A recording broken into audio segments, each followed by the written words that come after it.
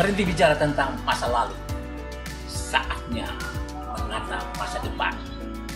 Bersama Ishak Rafiq, Direktur Eksekutif Masa Depan Institut.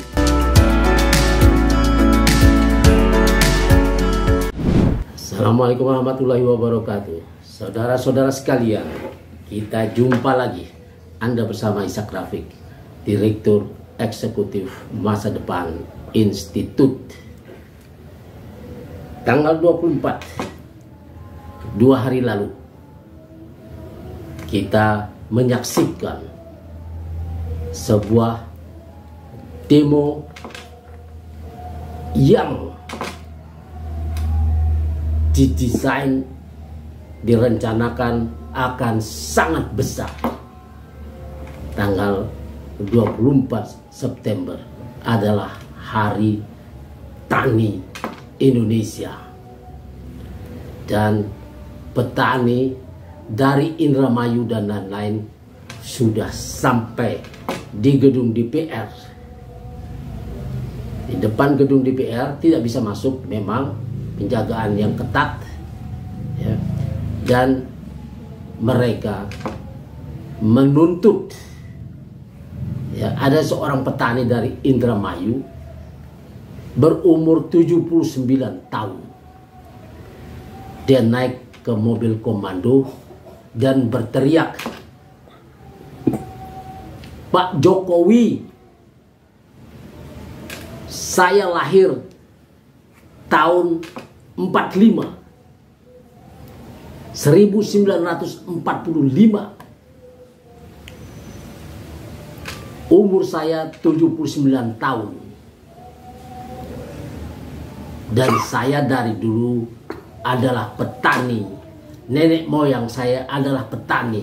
Dan kami hidup dari hasil pertanian kami. Hasil pertanian ini menghidupi ribuan orang lainnya di seluruh Indonesia. Tapi kami sekarang merasa terancam."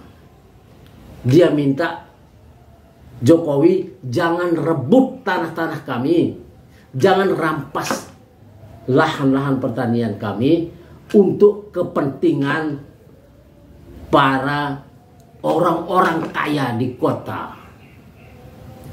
Ini tuntutan yang sangat manusiawi. Dan kemarin seperti biasa, ya, pemerintah dan DPR tidak mau mendengarnya. Yang ada di sana aparat. Dan ada juga kaum buruh yang menuntut kenaikan gaji mereka. Kemudian ada forum aksi dan alumni juga berada di situ, di depan gedung DPR. Mereka punya tuntutan yang sama, bahwa rakyat Indonesia tidak boleh dirampas tanah-tanah mereka, baik tanah yang berada di tempat-tempat strategis seperti Rempang, Banten, Tanjung Pasir, daerah-daerah pesisir pantai, daerah-daerah yang mengandung tambang seperti Morowali, daerah-daerah luas seperti di Kalimantan, daerah-daerah pertanian yang subur seperti di Sulawesi, yang tanaman cengkehnya digergaji, ditebang oleh aparat untuk kepentingan pemodal. Hal seperti ini terjadi di zaman merdeka, di ujung pemerintahan Jokowi. Dan Jokowi tentu masih punya kesempatan untuk menghentikan ini. Tuntutannya adalah cabut undang-undang Omnibus Law Cipta Kerja yang telah menjadikan para pekerja kita terancam hidupnya di negerinya sendiri. Setiap saat bisa dipecat dan pemerintah memberi peluang itu untuk memecat kapan saja, dan Jokowi berteriak akan ada PHK massal di zaman Prabowo. Apakah Jokowi bangga dengan ini? Ini adalah hasil undang-undang yang dibuat pada zaman Jokowi 2 periode dan DPR 2 periode yang dianggap telah mengkhianati rakyat dengan mengesahkan undang-undang macam gitu, dan telah dinyatakan oleh MK inkonstitusional bersyarat. Dan ini kemudian masuk lagi dipaksakan lewat Perpu dan DPR-nya tetap setuju. DPR yang bisa dikendalikan pemerintah ini dianggap oleh kaum intelektual kampus tidak berguna dan wajib mempertanggungjawabkan semua ulah mereka yang menyusahkan rakyat, yang membuat undang-undang yang bikin rakyat sendiri terancam. Juga tanah-tanah rakyat yang tidak pernah minta bantuan apa-apa dari pemerintah. Konglomerat sudah biasa mendapat bantuan, tapi sekarang malah mendapat bonus ya, dari kerusakan yang sudah mereka bikin. Mereka mendapat tanah-tanah di wilayah strategis, mulai dari Rempang, Morowali, Kalimantan, Sulawesi, Papua, kemudian sampai kepada Wadas Jawa Tengah, Kendeng Jawa Tengah, yang mau di tanah-tanah petani harus berhadapan dengan pengusaha semen, yang di Wadas pengusaha marmer. Dan kemudian kalau di ujung Sumatera sana, di Rempang, di Selat Malaka itu akan diserahkan kepada Tommy Winata, dan ini diizinkan oleh Perpu yang dibuat oleh Jokowi tahun 2016, Perpu nomor 3. Katanya sudah dibahas oleh rekan saya Antoni Budiawan. Ini adalah sebuah pelanggaran terhadap Undang-Undang Dasar 1945 pasal 28. Tidak boleh ambil tanah-tanah rakyat itu untuk kepentingan siapapun. Kalau mau beli, belilah dengan cara yang wajar. Kalau itu akan menjadi pabrik kaca, berapa nilainya? Harus dibagi 3. Nilai tanah future-nya itu, masa depan tanah itu, kemudian ini dibagi 3. Sepertiga harus diberikan kepada petani, pada rakyat yang berada di situ, sekitar 15.000 KK harus dibagi kepada mereka sepertiganya. Sepertiga lagi menjadi milik investor karena mau mengembangkannya, dan sepertiganya lagi boleh buat pemerintah. Pemerintah jangan jadi perampas tanah-tanah rakyat dengan upah yang sedikit dari konglomerat yang mendapatkan keuntungan triliunan. Dan Rempang akan jadi sebuah pangkalan militer Cina yang memang diinginkannya. Tommy Winata memang bekerja sama dengan Cina. Di situ juga ada transaksi bisnis terbesar di dunia, mungkin 10.000 triliun dolar setiap tahun. Kalau pemerintah mengelola ini, mungkin setiap tahun kita punya penghasilan tambahan 3.000 triliun US dollar dari Selat Malaka. Tapi kalau diserahkan kepada Tommy Winata, dan Tommy Winata bekerja dengan Cina, Cina bisa menguasai Selat Malaka, menguasai Asia, menyingkirkan pengaruh Amerika Serikat, pada saat yang sama memiskinkan rakyat karena merampas tanah-tanah rakyat, dan rakyat dibiarkan mencari di mana saja. Sebagai gantinya, yang pemerintah sudah memperlihatkan ketegasannya dengan mengirim TNI ke situ dan polisi mengusir rakyat dari kampung-kampung mereka. Ini akan menyebar juga ke tempat lain, dan ini tidak boleh terjadi. Yang sekarang di Banten yang paling dekat dengan kita, Tanjung Pasir, sedang berlangsung perampasan-perampasan itu untuk aguan buat proyek strategis nasional. Nah, apa yang terjadi di negara kita ini? Dan protes sudah berjalan terus-menerus dan pemerintah tidak mau mendengarnya, juga DPR. Maka DPR 2 periode dan pemerintah kabinet 2 periode bertanggung jawab atas kerusakan kehidupan bernegara ini, atas pemiskinan rakyat ini, dan itu tidak boleh diteruskan. Dan karena itu pemerintah baru Prabowo Subianto punya peluang karena rakyat sudah memprotes keadaan ini dan tidak menginginkan ini dilanjutkan, sedangkan DPR 2019-2024 akan demisioner pada tanggal 1 Oktober 2024. Ini sebagian mereka akan masuk lagi ke gedung DPR sebagai penghuni baru, sebagai orang yang dipilih baru dengan jalan yang semuanya tahu bahwa ada sesuatu, ada kecurangan yang masif, terstruktur dan terencana di situ. Dan ini nanti kalau terjadi perubahan, orang-orang ini DPR yang masuk lagi dan orang-orang yang menjadi wakil perusahaan yang masuk dengan jalan-jalan haram lewat sogok dan lain sebagainya, ini harus dikeluarkan dari gedung DPR, diganti dengan kaum gerakan perubahan dari kampus, aktivis dan lain-lain. Tidak bisa dibiarkan, dan DPR 2 periode harus mempertanggungjawabkan ini di Mahkamah Rakyat nantinya kalau terjadi perubahan. Sedangkan Prabowo boleh wait and see karena tidak ada yang menyerang Prabowo dalam urusan ini.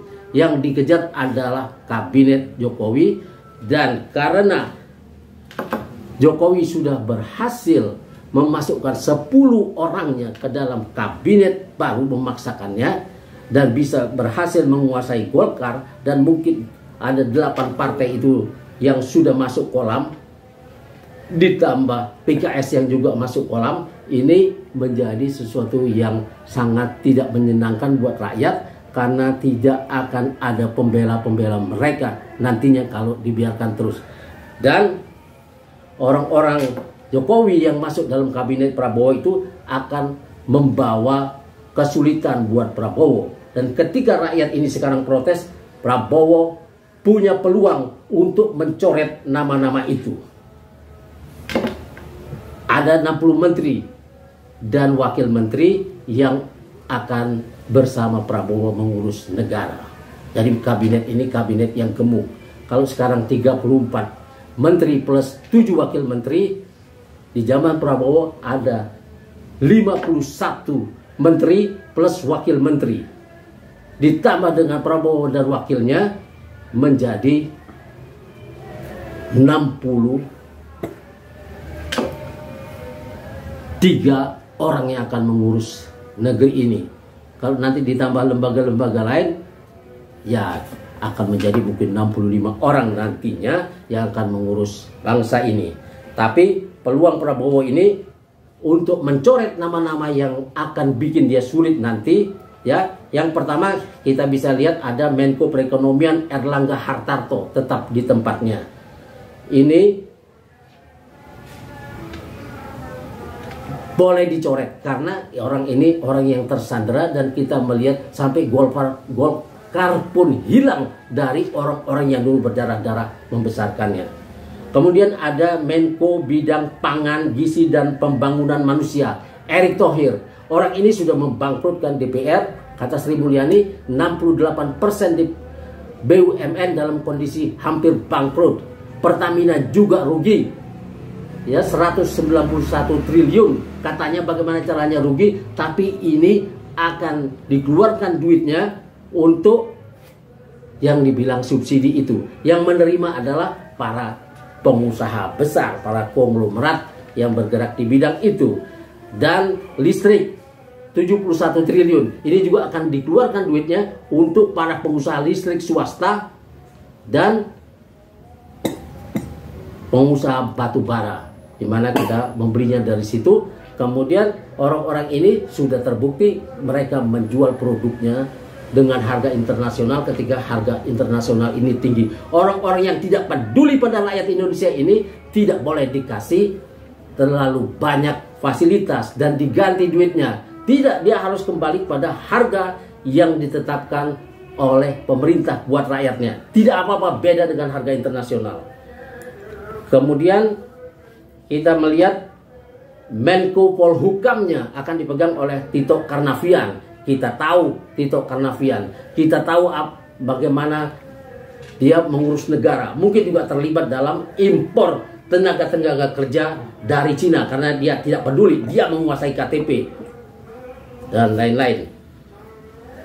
Kemudian kita lihat masih ada